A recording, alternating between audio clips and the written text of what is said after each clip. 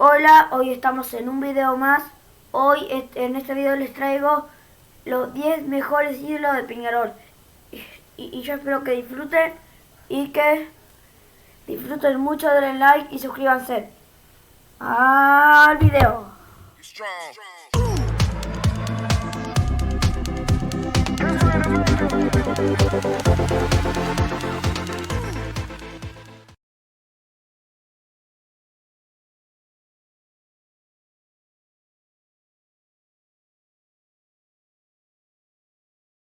La historia de Peñarol está repleta de ídolos y de glorias. Es que en 130 años, miles de anécdotas e historias pueden suceder. Sin embargo, dentro de toda esa lista de grandes hitos, podemos observar figuras distintivas, figuras que hoy repasaremos en este top 10 mayores ídolos de Peñarol. Recuerden que el man ya tiene miles de nombres y seguramente queden algunos pesos pesados afuera. Ahora sí, comencemos.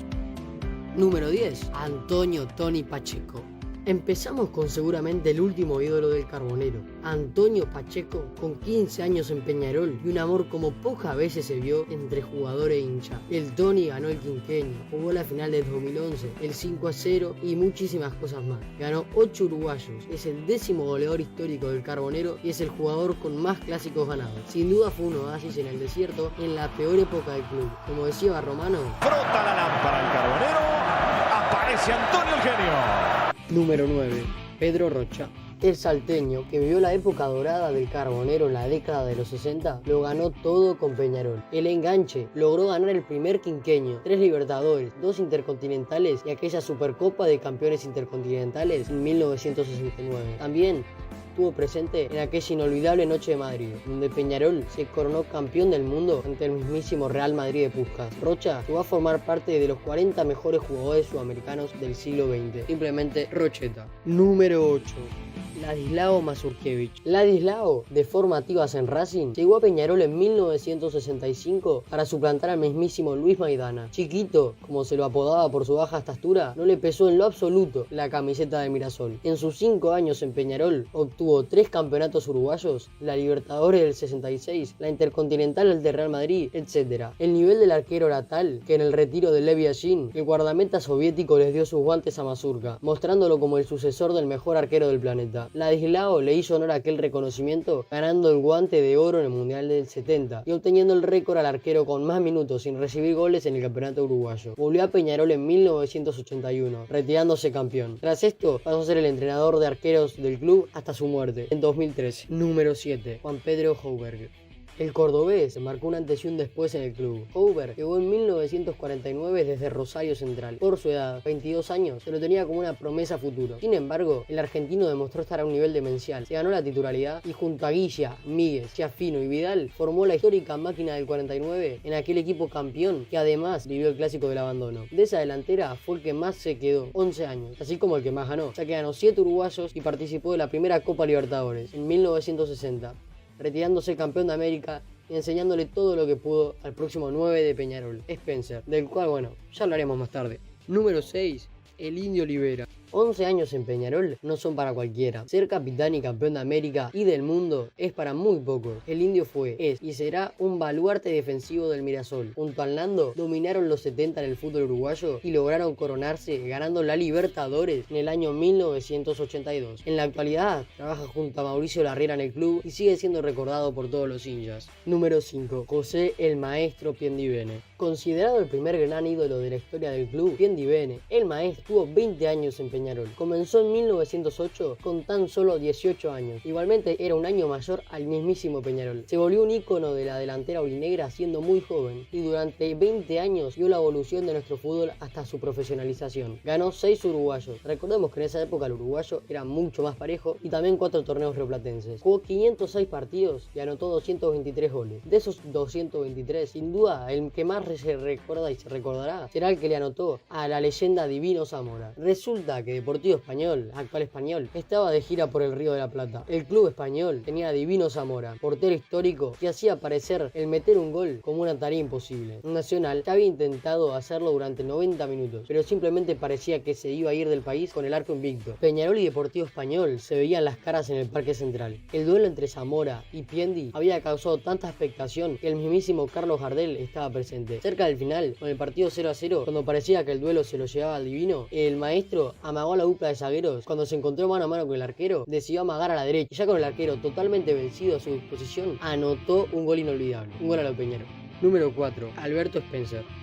La Copa América de 1959 dejó a Uruguay como campeona y a Ecuador como la mayor sorpresa. Resulta que la Tri había quedado en cuarto puesto con un tal Alberto Spencer como figura. Spencer era un joven de 23 años que jugaba en el Everest y se cansaba de hacer goles. 101 eran los que había anotado en tan solo 90 partidos. Gastón Welfi, presidente carbonero, quedó sorprendido al ver al crack ecuatoriano y no dudó en traerlo. Desde ahí, todo es más que conocido. 3 Libertadores, 2 Intercontinentales, un quinqueño, 54 goles en Libertadores para volverse goleador histórico de la competencia hasta estos días, segundo goleador histórico de Peñarol detrás del Nando, mejor jugador ecuatoriano de la historia, le anotó 3 goles al Real Madrid en una final del mundo, 2 en el Bernabéu, etc. Imposible no tenerlo tan arriba.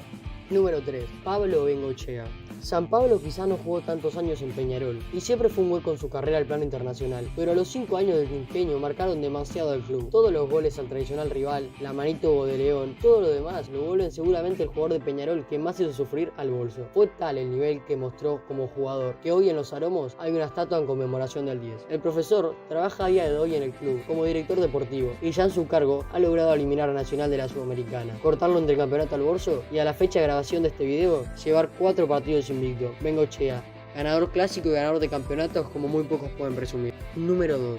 Fernando Morena. El potrillo llegó proveniente de River y su amor fue inmediato. Morena fue amo y señor de la década del 70, ganando 5 campeonatos en 7 años. Durante 6 años seguidos fue rey de la tabla de goleo, rompiendo el récord de goles en una temporada en 1978 con 36 tantos, anotando en un partido de aquella temporada 7 goles ante Huracán Puceo. Participó en la goleada por 5-1 ante Nacional en el 76, fue goleador de la Libertadores en el 74 y 75 y se largó al Rayo Vallecano en 1980. Tras romperla allí, se largó para el Valencia en 1980 y en 1981 ocurre un hecho sin precedentes en la historia del fútbol mundial. El gobierno aurinegro comandado por Washington Cataldi creó la campaña A Morena lo traemos todos.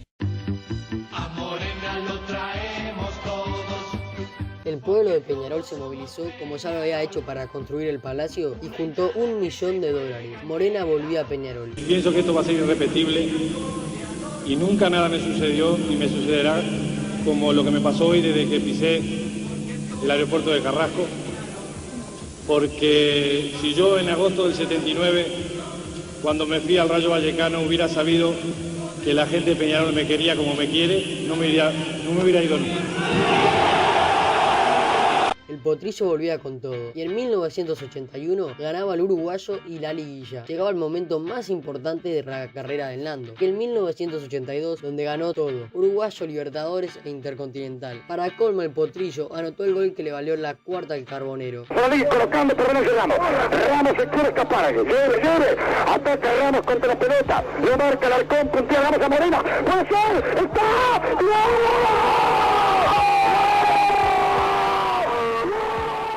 Tras esto, Morena ya era ídolo indiscutido de Peñarol. Continuó un año más, se largó a Boca y en 1986 se retiró en su club, en Peñarol. Nando es el goleador histórico de Peñarol. Recibió homenaje de todo tipo, pero sin duda resaltan el de poder hacer el primer gol en el estadio campeón del siglo y el de tener una preciosa estatua en la tribuna Henderson, haciendo referencia a su festejo más típico.